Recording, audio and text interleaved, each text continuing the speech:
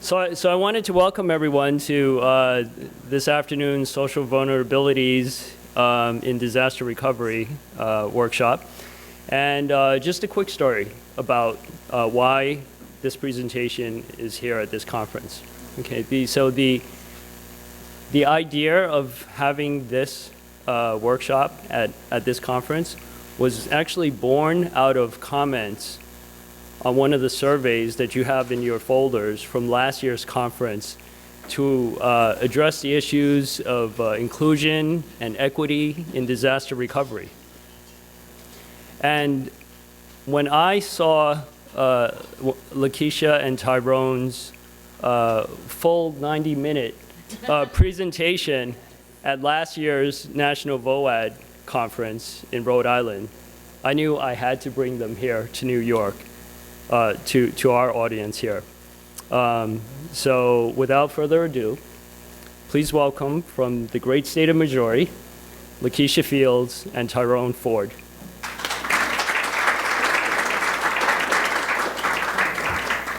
Hi everybody.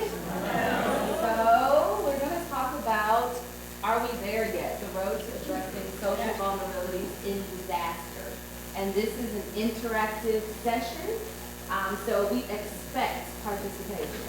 And if you don't participate, we will call you out. So I am LaKeysha Fields. I'm the Assistant Social Services Director at the Salvation Army Midland Division. We cover the state of Missouri and the southern half of Illinois. And a part of my responsibility is to manage our disaster social service.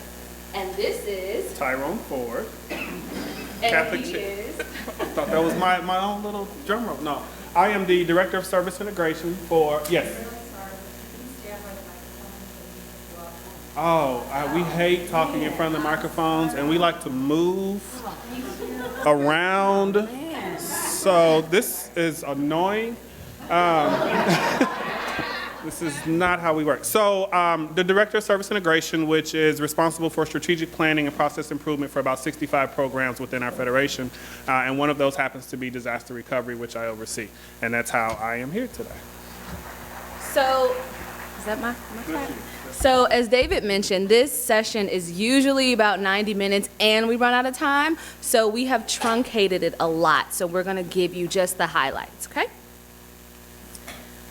All right, so hopefully you are familiar with our two organizations. Generally, if a disaster happens, you'll see us there doing what we do, helping out. We've experienced quite a few federally declared disasters in Missouri. Both of us, our headquarters are located in St. Louis. So in 2015, there was a flood. It was pretty bad across Missouri and part of southern Illinois. Those are just some of those stats of how we responded, our agencies. And then we decided to go ahead and do long-term recovery since it was federally declared. We have the DCMP and our agencies work together to do that disaster case management and that long-term recovery. As we did that, we did such a good job. I mean, a great job. We did great. It was so good that we got an award. So our agency, along with some partner agencies, we have American Red Cross, AmeriCorps, Lutheran Family Children's Services. We got an award for how well we collaborated during these floods. And St. Vincent de Paul. You guys have St. Vincent de Paul in your area? They always have that flexible one. So we like St. Vincent de Paul. Yes, we do. We love them. And before we could finish long-term recovery for the 2015 flood, there's another flood, right? Another flood, even bigger than the last one, in 2017. So we had to do it all over again, the response, the recovery work. As a matter of fact, we just recently technically closed out 2017 long-term recovery. Last month? February 28th. February 28th. And so we thought, okay, that's everybody. Yes, good job, got an award. But is it? Did we really help everybody who was affected by those two floods? And what we found was that there were certain populations, certain people who we overlooked in the response and some of the recovery work in both floods. How did we find this out? Well, there was an apartment complex that was in North St. Louis County. How many of you have heard of Ferguson? Okay, good. How many know what Ferguson did? You heard about it in terms of the unrest in Ferguson, or did you know about Ferguson prior to the How many had heard about it before the unrest? We got one. All right. Worked for the St. Louis Bi-State chapter in the 1990s. Oh, there you go. All right, you might be expert. Right. Like share. So Ferguson is in North St. Louis County, to give you some perspective. So there was an apartment complex where we found out that the residents in that complex had not heard of the marks that were happening. They had not gotten any of the disaster response services or the recovery services. Salvation Army has Toy Town. We do Christmas.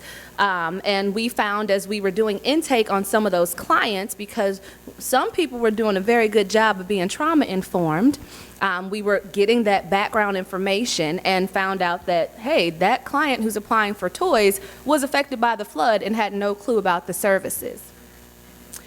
We also had other programs. We have a Pathway of Hope program. Catholic Charities has a Pathways to Progress program, and both of those are poverty reduction programs. And we were hearing people trickle in through those services, whereas we dug deeper into why they were presenting for food pantries or financial assistance, we found that they had been affected by the floods and had never received services. And then there was personal contacts. On the phone, I was at a mark, wasn't I? And I was on the phone with a family member, and she said, well, what are you doing? I'm working. I'm at a mark. And come to find out, her neighbor had been affected, and they had no idea that there were any services out there happening. So I told, tell your neighbor, tell everybody in the neighborhood, and come on down. So why was this happening? How come we had overlooked segments of the population twice, 2 floods? For St. Louis reasons, and I dare to suggest this is probably common across the United States, since we have a shared history, St. Louis is the 5th most segregated major city in the United States. This map shows the segregation by race. So the darker the red, the more concentration of African Americans, and the darker the blue, the higher the concentration of European Americans. So you can see just how segregated we are in St. Louis City and County. If we look at this map, this smaller one, that is actually the difference in socioeconomic status. So the darker the red, the higher the level of poverty, and the darker the blue, the higher the level of economic sufficiency. Which means, who wants to tell me what that means? Interactive, remember, interactive. We have I'm going to call on you, Juliet. I got you. So If we we- have a map that shows where populations of race are, and then overlaying populations of socioeconomic status. Yes. So African American populations have a much lower income and therefore probably less resources than the blue to recover. Thank you. Very good. Yes, yes, yes. Okay, it wasn't that hard. Right, it wasn't a short question. Right, you got it, you got it. So as you can see, this is how it plays out in our St. Louis area, and that means that people have multiple barriers, right? If there's segregation, there's barriers surrounding race, and then there's barriers surrounding poverty. And yes. How many languages in St. Louis, and where's my Latino?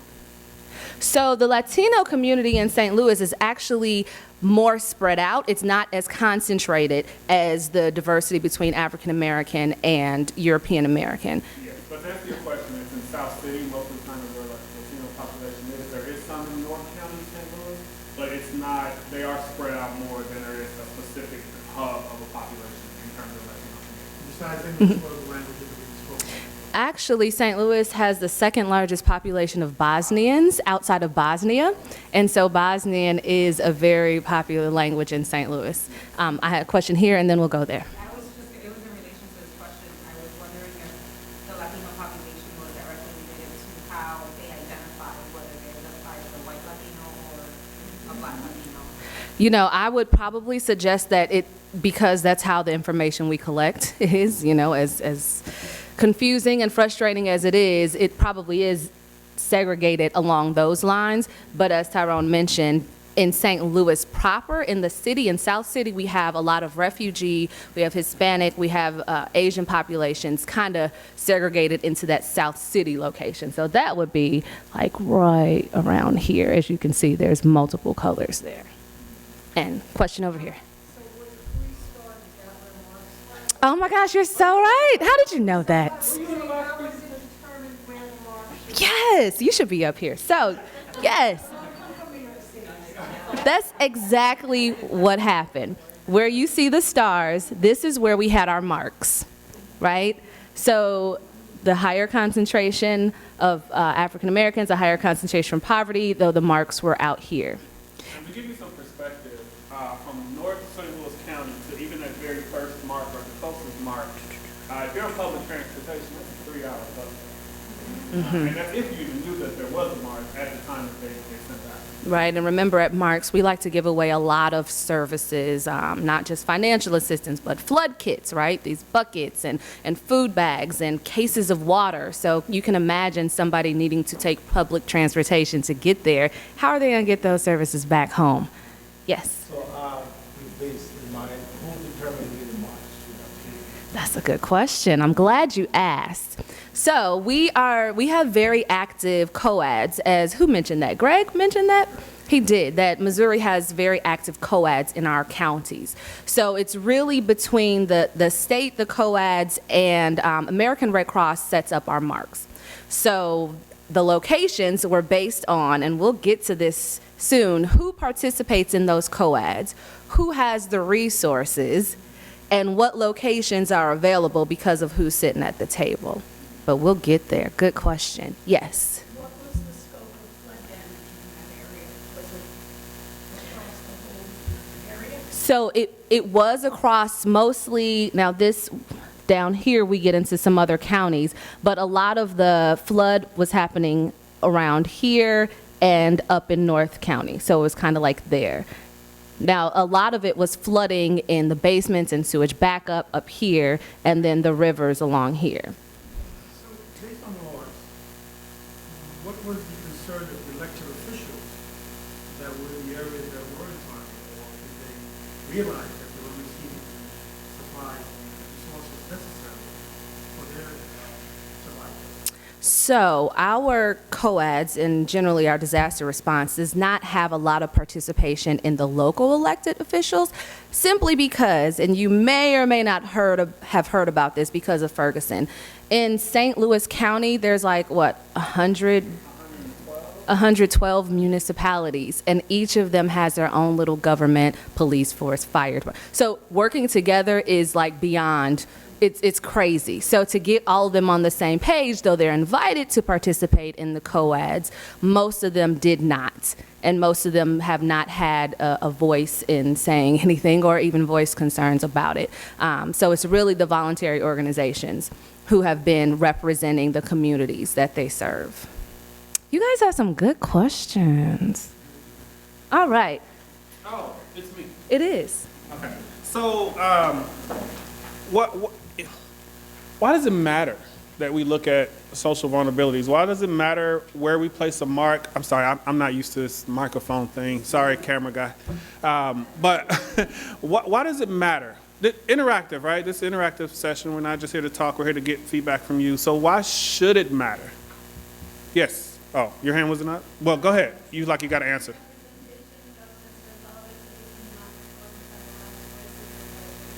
Yes. Yes. Why else should it matter to us as social service or disaster folks? Yes. Prepare for the future. Prepare mitigation. Yes, I like that word. Anybody else? So how about trauma, right?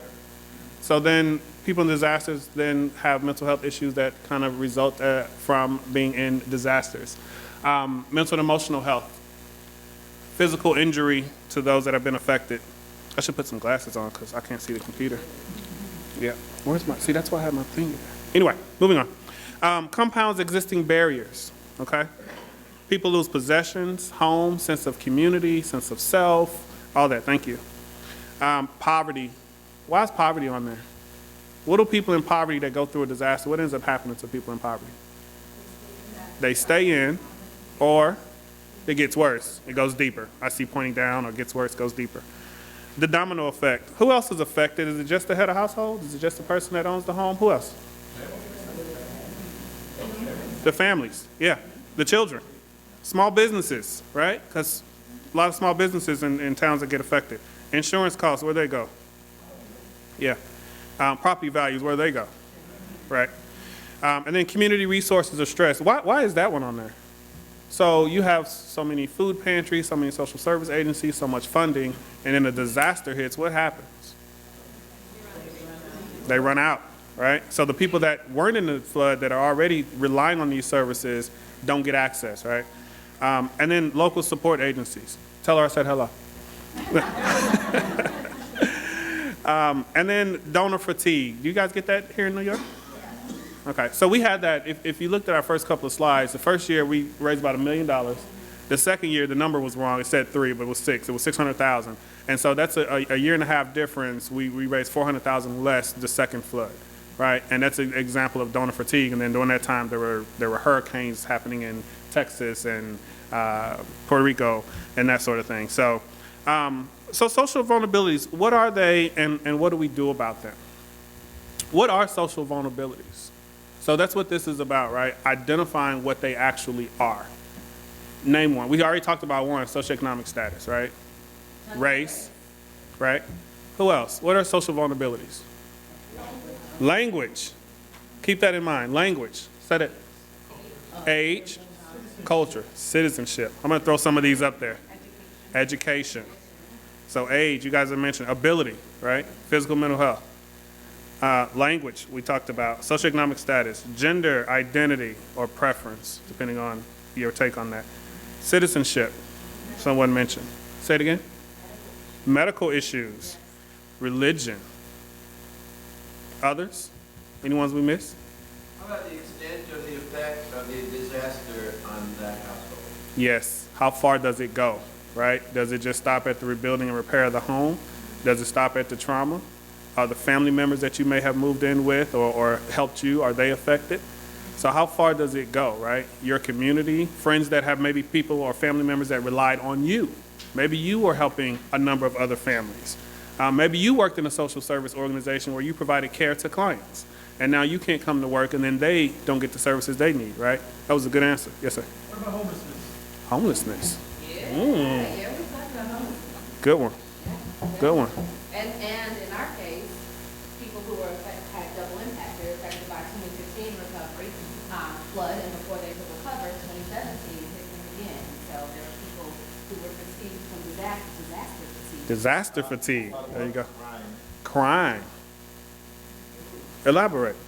Well, when they find somebody who is poor as a result of having been displaced or crisis situation and they need to survive, so there may be an increase in robbery, maybe armed robbery, just for the sake of survival. Wonderful. Wonderful. And could be. Could be. Yeah, because some people run. Some people will run that background check. Some people will ask. We don't ask. We just serve. We're gonna get into that too. We should get into that. So I just did a little bit of research on Albany County here, just to kind of show you a little bit about what the poverty looks like in Albany County. And it looks like about 12% of the residents in Albany County live below your the federal poverty line. So anybody does any research on this or can speak to the poverty and how it works in relation to disasters here in New York? Or anybody want to? David? Are you listening? Are you paying attention? I won't do that to you. We'll move on. So we just want to always know when we go into a place and we teach and talk, we want to know sort of what your stats are. So I just threw that map up there to show you. We did. No, I'll keep going. Yeah. So when we talk about social vulnerabilities, we talk about socioeconomic status, race, language, and all that. We can't not talk about social justice, right? Like we have to look at that issue. It may be a charged topic, but we can't fix the system without looking at what does social justice mean for everyone. And so we thought, why don't we just call up Webster now or Google, Wikipedia, and see what their definition of social justice is. Anybody want to take a crack at what they said? Don't answer that. Now look it up. I'll throw it up there for you. They said, this is Wikipedia and Google now. The way in which human rights are manifested in the everyday lives of people at every level of society. Justice in terms of the distribution of wealth, opportunities, privileges within a society. What does that mean?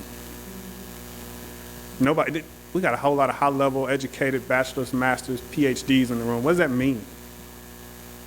Nothing. Absolutely nothing. So we thought maybe we should define it. Let's do that. Because I'm a clinical social worker by background, and she's a social worker, and we've been doing this for a little bit. So we thought we'd define it like this, right? The assurance that each person affected by a disaster has access to the multitude of available disaster response and recovery resources, regardless of geographical location, language, socioeconomic status, race, religion, or any other barriers. Intentionality in providing an equitable form of outreach, intake, assessment, and service delivery. If you don't look at any other slide in this presentation, keep that in mind. Okay. So you want this one? Sure. Okay, you can have it. So we decided that we needed to, when we think about social vulnerabilities, right, we have to address them through a social justice lens, right? So you got our definition. And to do that, we decided, okay, we're used to thinking about disasters and equality, right? Equality of services. We want to give everybody the same service, right? That's what equality is. But we really want to move over to equity, which is, somebody give me a definition. Equity. What is equity? How's it different from equality? Everything the same? That's the one we got for equality. Almost.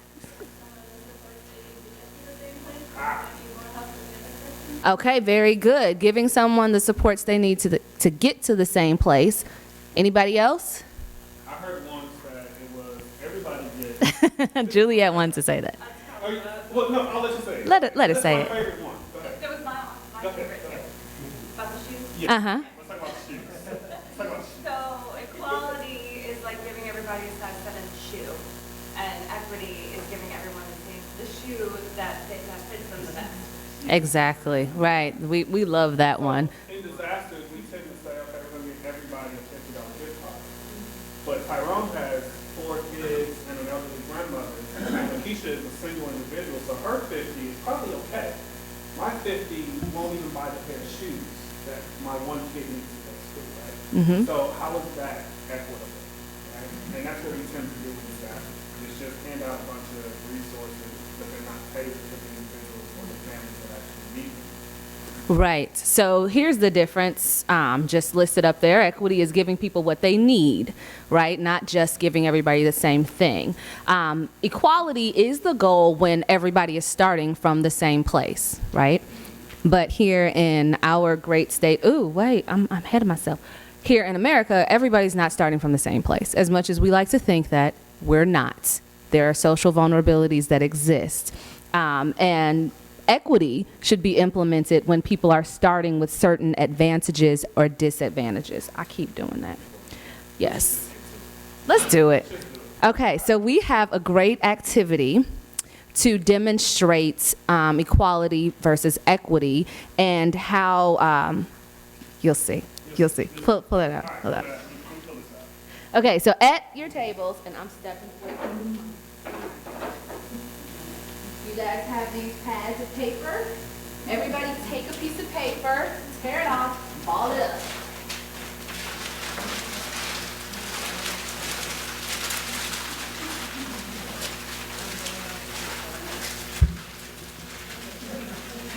Everybody got their paper? In a minute. So just for reference, when we do these activities, we never know what size the room is going to be. Right. We do know how many people. We don't know how long the room will be. So, but this is going to be a great demonstration. So I just want, we'll start with the first 2 rows. Why don't you throw your papers in there? Oh, we got one. We got one. Okay, next 2 rows. Some of you were.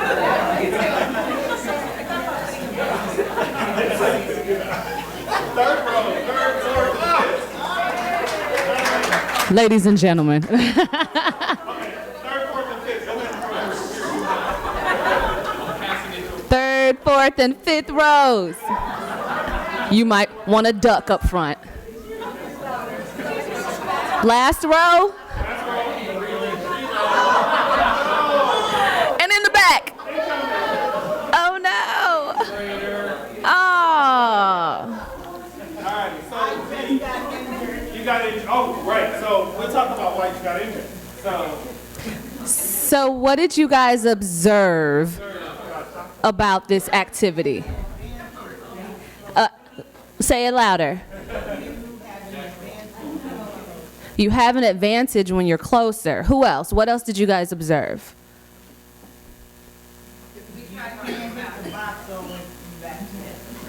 People couldn't hit the box.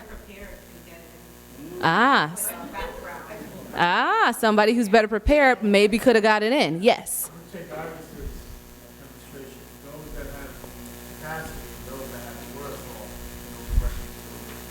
Ooh, they can go to where they need to be because they have the capacity and the resources. Great.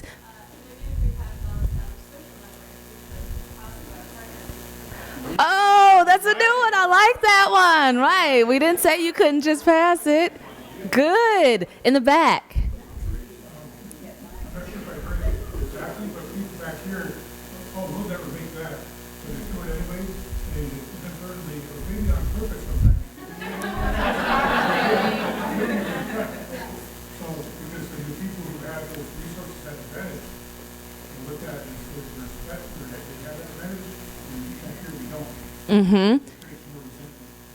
Yeah, there was a lot of privilege in there, right? Right here. I think communication will help tremendously. Do we communicate correctly where we put our assets, how do we distribute our assets? This is one day we're not achieving our own vision, what we just drop it in there. So the instructions were say, we just need you to provide your ball of paper into this basket. You would see a lot more people probably come up. Well, I think everybody just felt like, okay, we need to distribute our assets from where we are, opposed to how else can we get it? And so communication on how do we require so many assets over here, and this would be the variety of ways you can provide those to get them there. Very good. Very good. Any other observations? Yes. Absolutely. Right. And did the front row didn't know what was going on back there.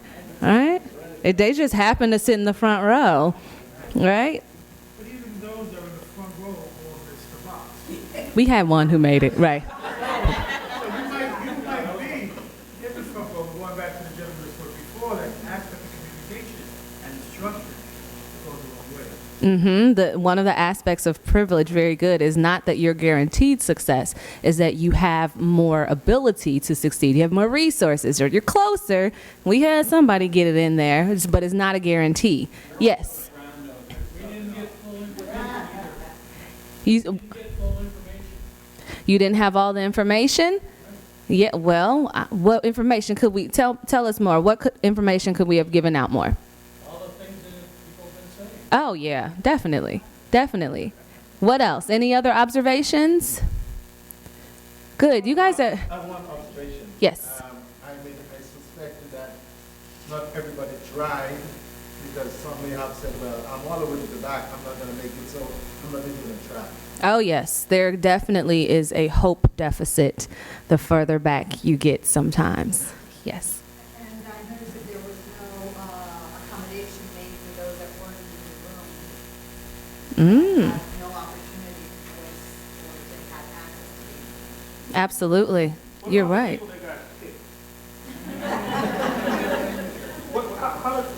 What's the correlation there? You'll still be looking? So, does that happen in disasters or any other social services where people that do get access to the resources may be unfairly targeted by people that do? Yes, scammers. Scammers? Looters, people that take advantage of situations in disaster, right? Because they're thinking that, oh, well, you had an advantage, or you won't miss it, or I deserve it more than you. And there's also like people who got hit not on purpose, right? Most people. Right. There's a lot of well-intentioned individuals and agencies out there making false promises that misguide people. So they might have gone into those red zones, those dark red zones, but not informing them of where they needed to go, just making empty promises. Not necessarily scammers, maybe well-intentioned, but we see that a lot, where they Right. show up and Maybe a little toxic charity. Yeah. A little going on there in the back. Okay, so I in the back, so you can see what everyone's on even, and this woman here that I was walking for her last. I still have mine because I was just confused. Yeah. Personal behavioral change. Yeah. I put it up and I'm putting the box, but some people, they know the services are there, they just might be like, yeah, whatever. That's definitely a personal choice that happens. Yes. Well, what I think was wrong was that the first two rows, not one of us stood up and had to catch what was coming forward. Or even got out of the way.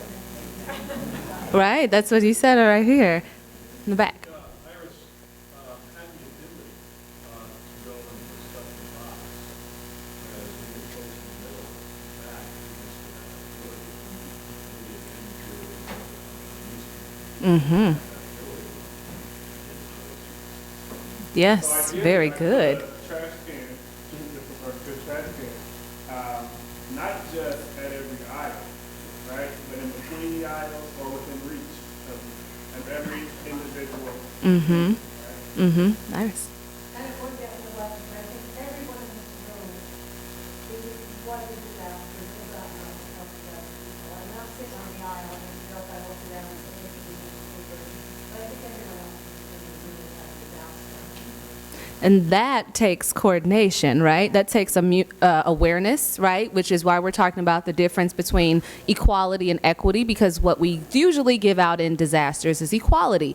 Hey, we put it here, everybody had a piece of paper, go for it, you have your chance. But all the things that you all have pointed out are ways that we could have shifted to equity instead of equality that would have given everybody in the room an equal chance, not taking into account the barriers that existed in this room setup. All right? You know what I mean? What do you hear? 14. Ah, yeah. Greg's in the back. All right. We got to talk about the 14. Okay. But before we do that, because we got to get to the tools. So remember, so far we know that vulnerabilities exist. We're going to address them by looking through a lens of social justice, which means that we're not just looking at equality, we're looking at equity in our services. So what we did was we created this social justice lens for disasters. And we ask ourselves some questions, and we've divided into 3 categories. What's the vulnerability? What barrier is, my hands, why? I know, I'm ahead of myself. What are the vulnerabilities? What barriers exist because of them? And what interventions can we apply to address those barriers? So, for example, the first one is, who are the groups affected by this event? And then under barriers, it's what are the potential impacts on these groups?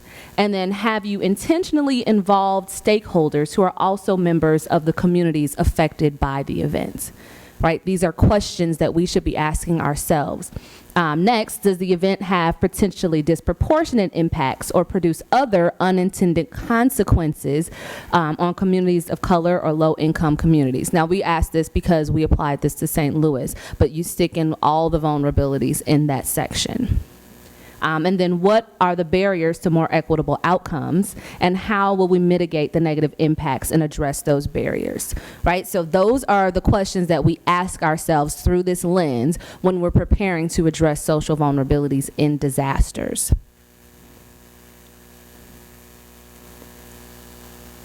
Now, when we started to create this, we definitely looked at what was already out there.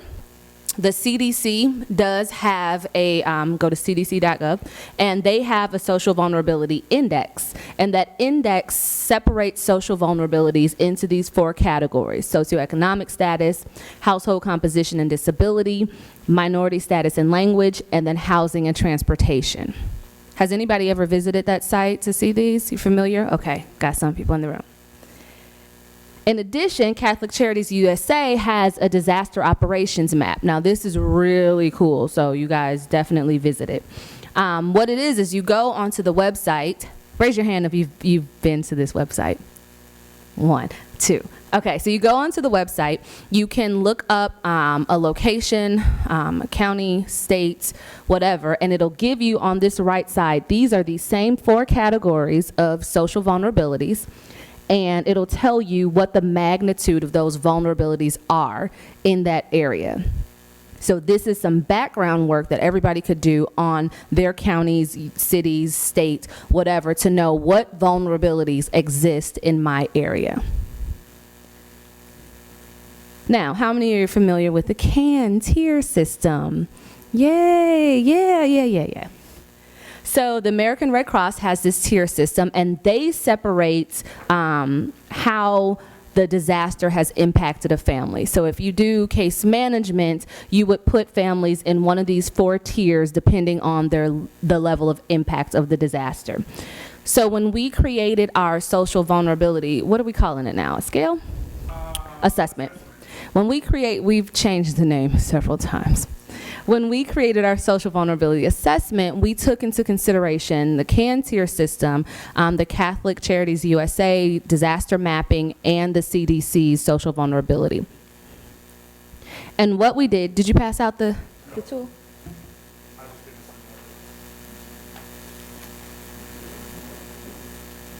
So what we did is we created an assessment whereby we are asking families a series of questions.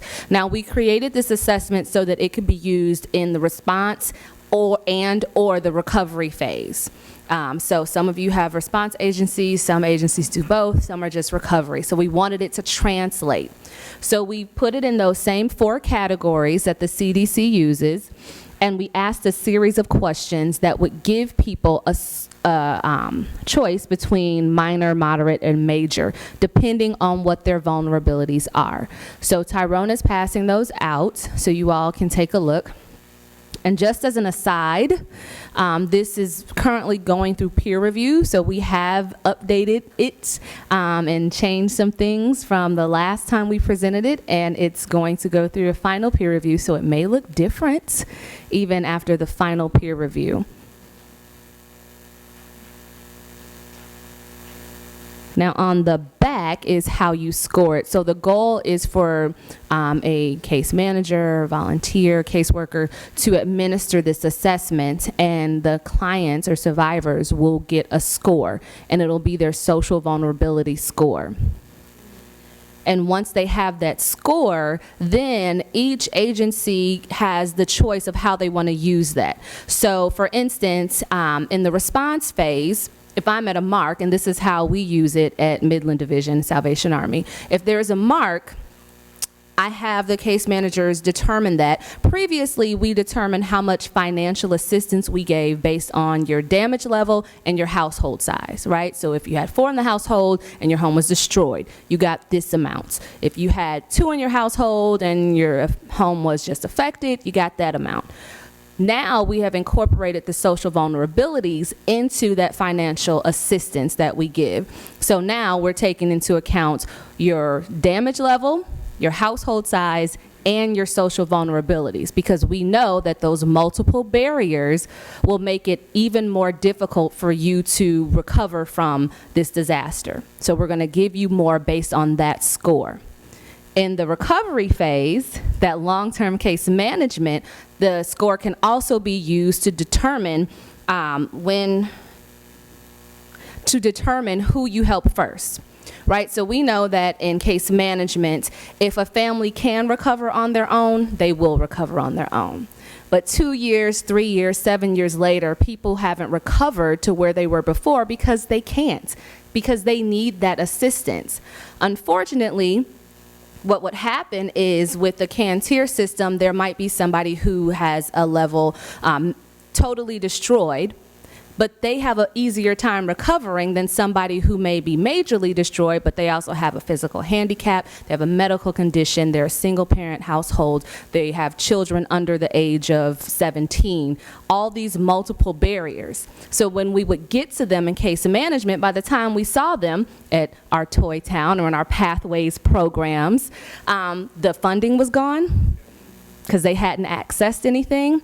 The floods had exacerbated the situations they were in. A lot of times, we had one family who, she came to us for financial assistance, and her children had gotten taken away from her because she was affected by the flood. Her landlord would not fix what was wrong. Her child had asthma, went to the doctor too many times, and Children's Services took her child. It was so far along, we could have helped her probably more at the beginning, knowing there was medical conditions, there was a lot of other things, vulnerabilities that she had, but because we only took into account damage levels, she had to wait a few years, and she actually didn't even know and couldn't access the services. But if she had known, we still would have waited if we didn't take into account her social vulnerabilities. Is this me? Oh, it's all me. So you have the scale, and we do welcome feedback, okay? We do want your feedback as we make you do this exercise, okay? So now we're going to actually use the scale. Just do it, Nike swoosh. You know that belongs to Nike. It's not ours. So we thought about some interventions that could happen. Remember, we had that social justice lens. There are things that we are responsible for as a community, right, for doing during Gray Skies. During Gray Skies, we should be asking ourselves these questions about vulnerabilities based on those 4 areas that I mentioned, right?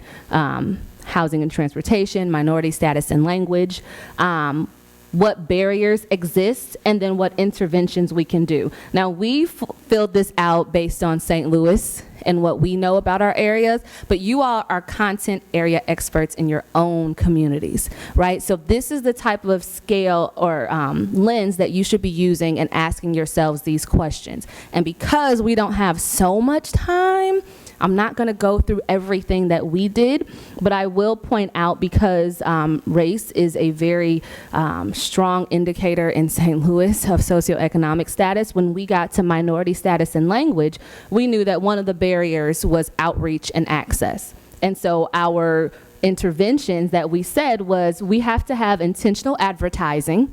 Where are we putting up those advertisements for the marks, for the recovery services? Are we letting everybody know that they're available? Are they in the proper language? Instead of just putting them up on our agency's doors, we should do places of worship, grocery stores, send things out by text and mobile devices, the hair or nail salon, existing agencies that are frequented by specific populations, making sure that our advertising is actually diverse and not just saying, well, we put it in the paper. What paper? We put it on the news. Who's watching the news? What channel was it on? All those things should be taken into consideration. I am not doing that. That's not me. Oh, my bad. These are other things that we said that we could do during Gray Skies, right? Because there's some things you can do even while a disaster is happening. Looking at the socioeconomic status, we know that access was an issue. So where we plan our marks, right, that came up. One of the things that we know, and it's up here somewhere, is that our COAD in St. Louis took on the goal of being more intentional about who we are including at that table. Our COAD looked very much like this room, okay? It was very European American. And so guess what happens? Those are the people who are making the decisions, who are bringing their expertise, who do not represent the total community that we're serving. So we had to be more intentional. We have to be more intentional about including predominantly African American churches. Where are they at the table? Why aren't they there? The other houses of worship. Where are people converging, and where can we get those people to be at the table as stakeholders who can make these decisions about how to give the services and make sure they're accessible?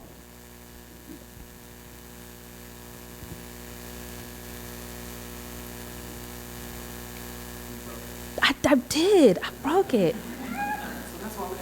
I know. I know. Okay. Next slide. Okay, so there are also things that we can do during Blue Skies, and that was one of them, how we recruit who's at the table, right? Who has input, making sure that we get some major people at the table. Metropolitan Sewer District, we had to do some advocacy for our clients, right? Because they're already addressing, or they're already in these disaster situations. They have these multiple barriers. And we unfortunately had some companies who said, no, we're not fixing that. It's not our problem. Sewage backed up.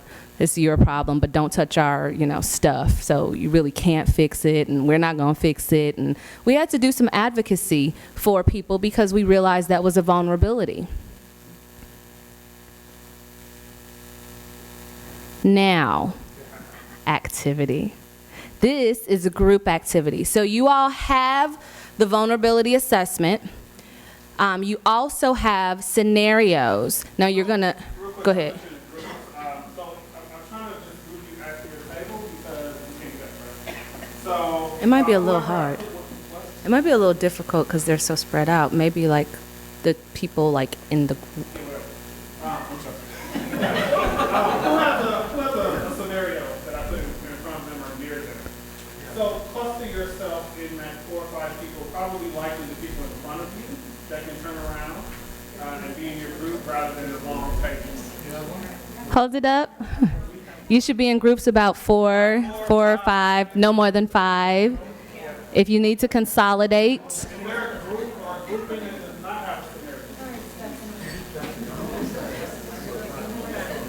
scenario. And what you're going to do,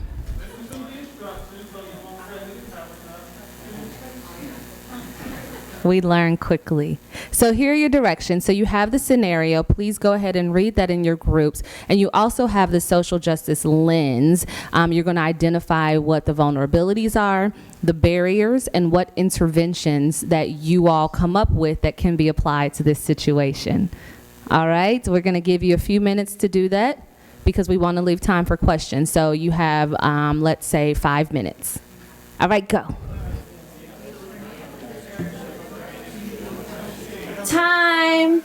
Bring it in, team. Bring it in. All right, so this is what we're going to do. I'm going to read the scenario, and each group that had that scenario, you are going to share one row. So you're going to share a vulnerability, a barrier, an intervention in blue sky, and an intervention in gray skies, okay? So who had scenario number 1? 1, 2, 3. Okay. Scenario number 1. The client is female Bosnian immigrant to the United States, brought here at the age of 12 through special presidential program to be adopted by a U.S. family. The client is now 75 years old. The client held various jobs throughout her lifetime, was mostly a single mother, and raised her children by herself. The client eventually married, but that marriage also ended in divorce. Since that divorce, the client has led a single and mostly isolated life, which became more prominent after the age of retirement. The client was affected by the flood of 2015. She had 5 inches of water in her basement, losing most of her stored belongings and damaging her furnace and water heater. Okay, who had it over here? This group right here? Give us one of the vulnerabilities you identified. Age. And what barriers did that present to her? Great. And what interventions did you all decide would be helpful for her? And blue skies.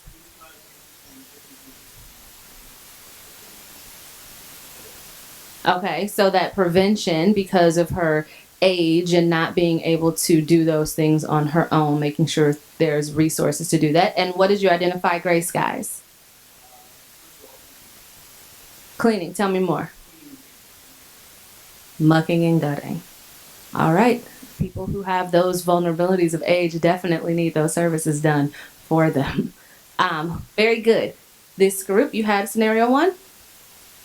Okay, what vulnerability did you identify?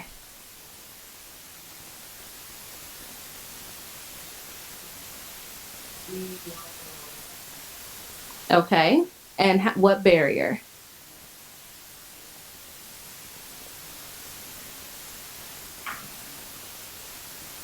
Limited mobility and income. Very good.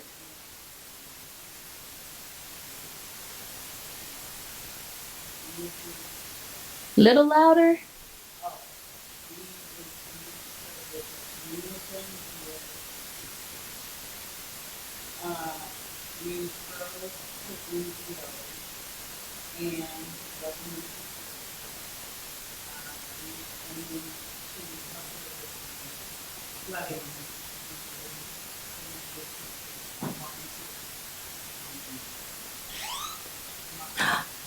Is that time? Oh, okay. Scared me. Okay, great. Thank you, guys. And then there was one more group who had number 1. Who was that? All the way in the back. Go for it. Oh, there was another one too. Yes.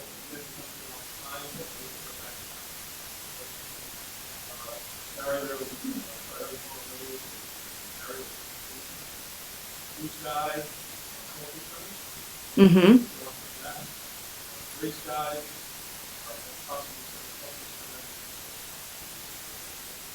Great. Yes, you can. Language was the barrier.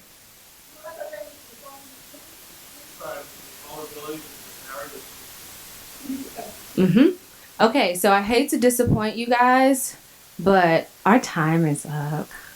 Ah, I know, collective. Ah.